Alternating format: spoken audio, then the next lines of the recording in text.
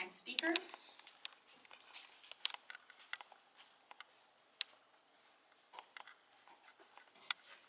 Dear council members, my name is Anya Townsend. I'm a resident of Fullerton. There seems to be a pattern of deceit and gamesmanship going on within our Fullerton City Council.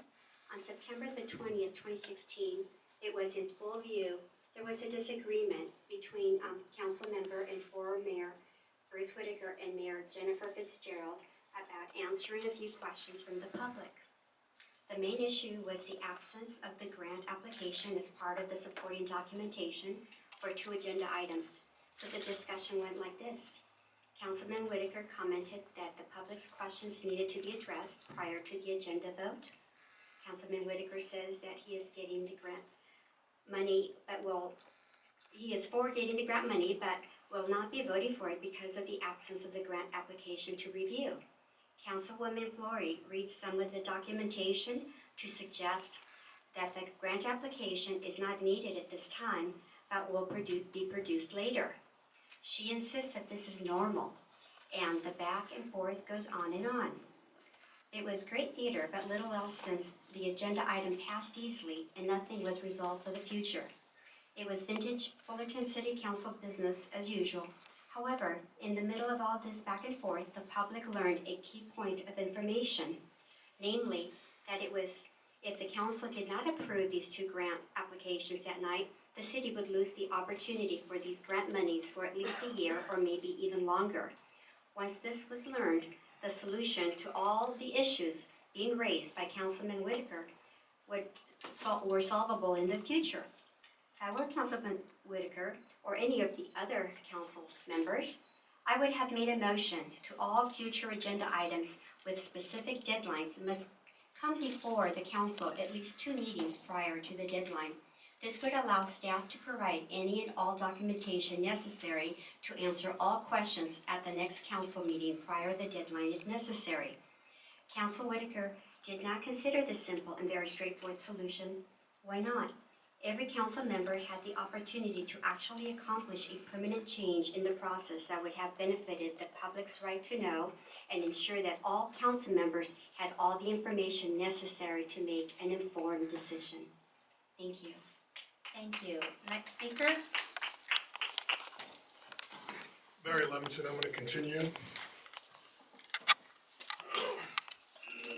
Yet when push came to shove, not one of our council members had the integrity or the courage to make a motion, to do the right thing, the honest thing, and the transparent thing. Bruce Whitaker was once again all talk and no action.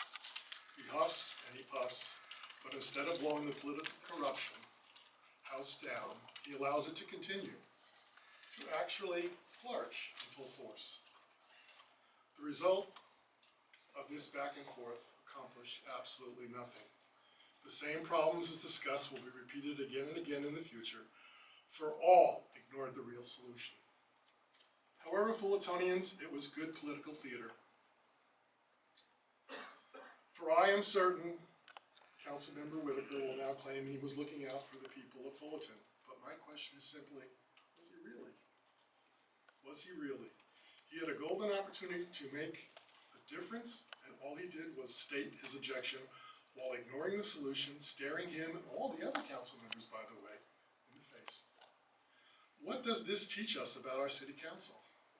It teaches us that all 5 city council members are basically frauds. These last-minute deadline controlled agenda items have been coming before our council, city council, at the very last minute for years and years. It is not the exception, but the rule. It allows our city government to conceal basic vital information about the agenda item in question. Any one of the council members had many opportunities to correct this obvious pattern, to hide information from the public, while putting contrived pressure on the dais to vote now, regardless of the lack of information. Who is controlling this charade, you might ask, this political theater? Well, currently the 2 people that have control over our agenda, would be our city manager, Joe Fells, and our current mayor, Jennifer Fitzgerald. If anyone who listens to my comments cares about honest and transparent city government, they now know to replace the frauds on the dais with honorable men and women come November 8th. Thank you. Thank you. Next speaker?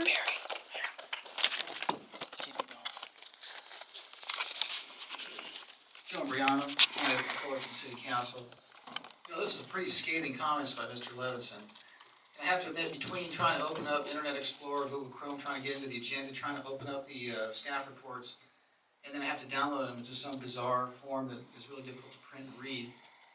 When you couple that with, most of the times, the day before the meeting or a couple hours before the meeting, I can't open the stuff, and there are people in the audience who have confirmed this as well. I don't know what kind of charade is going on, but I do know that the way the DCCSP was passed by the Planning Commission was they were told they had to hurry up and do this. And I guess it was a lot like the Patriot Act, they didn't know what they were approving. So this modus operandi is pretty common, and one of the things that really concerns me is, you know, the last time you guys had something before you, you didn't have anything before you. You had a grant application. Well, what kind of strings were on that application? What kind of conditions had to be met? What was the downside to it? How much money was really going to come in on it? And I guess my question would be, if the grant application is blank or it doesn't exist, and you approve this blank thing that doesn't exist, by the time the grant comes in and the money gets deposited, how do we know how much really came in and was applied for versus how much got deposited? So that's just my little wild element of speculation. But there's just so much that is expected. You know, there's so many people that work so hard, they don't have time to come here. I sacrifice tremendously to follow what's going on. It takes a lot of time away from my family to show up here a couple times a month.